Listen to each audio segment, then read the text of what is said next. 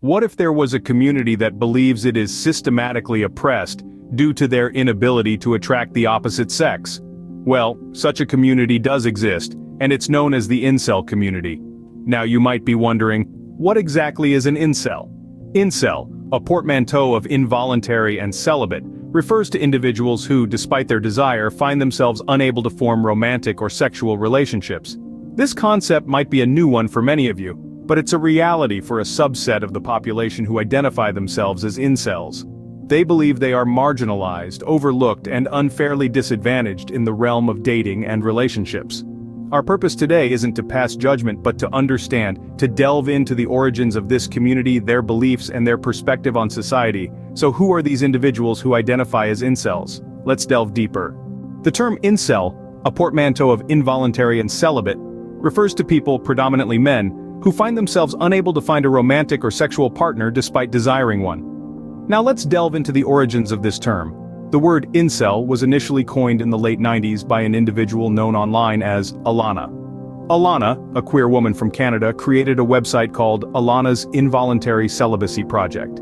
She intended it to be a supportive space for people of all genders who were struggling with issues of loneliness and sexual isolation. The term was not gender-specific at its birth, and it was designed as a tool for empathy and understanding.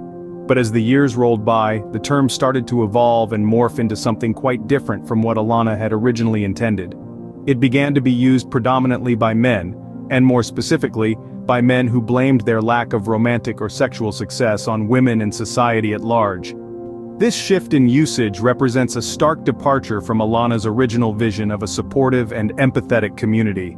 The internet has played a massive role in the growth and evolution of the incel community.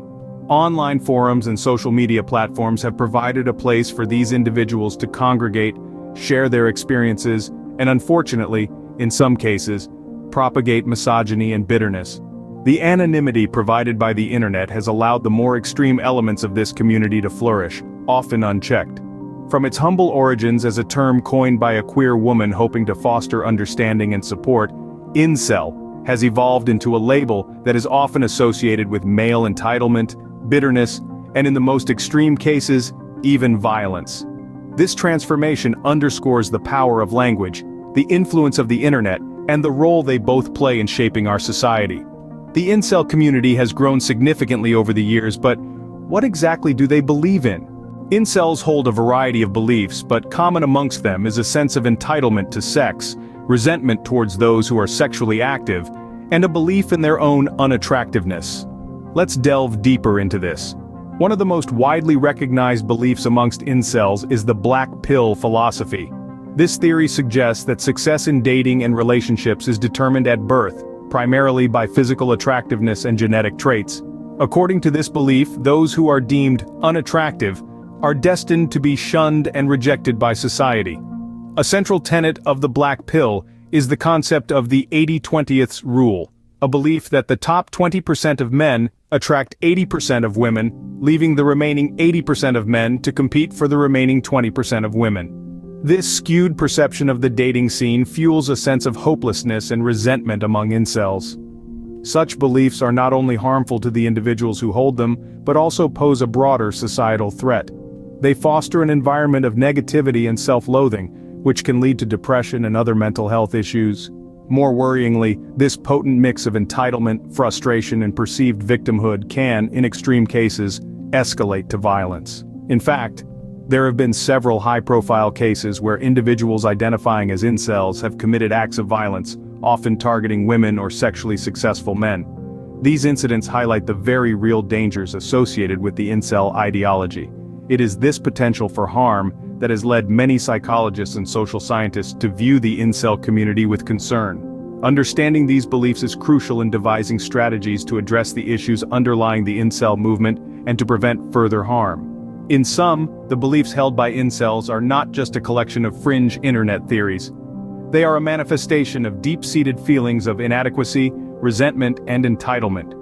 These beliefs can have serious implications, leading some incels to dangerous and violent actions.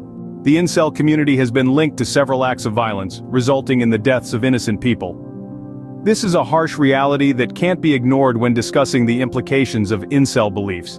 In recent years, a number of high-profile incidents have been directly connected to individuals who identify as incels.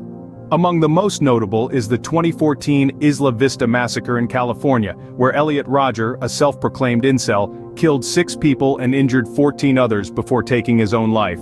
In a manifesto and a series of YouTube videos, Rodger expressed his anger and resentment towards women for rejecting him, and men who were successful with women, sentiments echoed in many incel online spaces.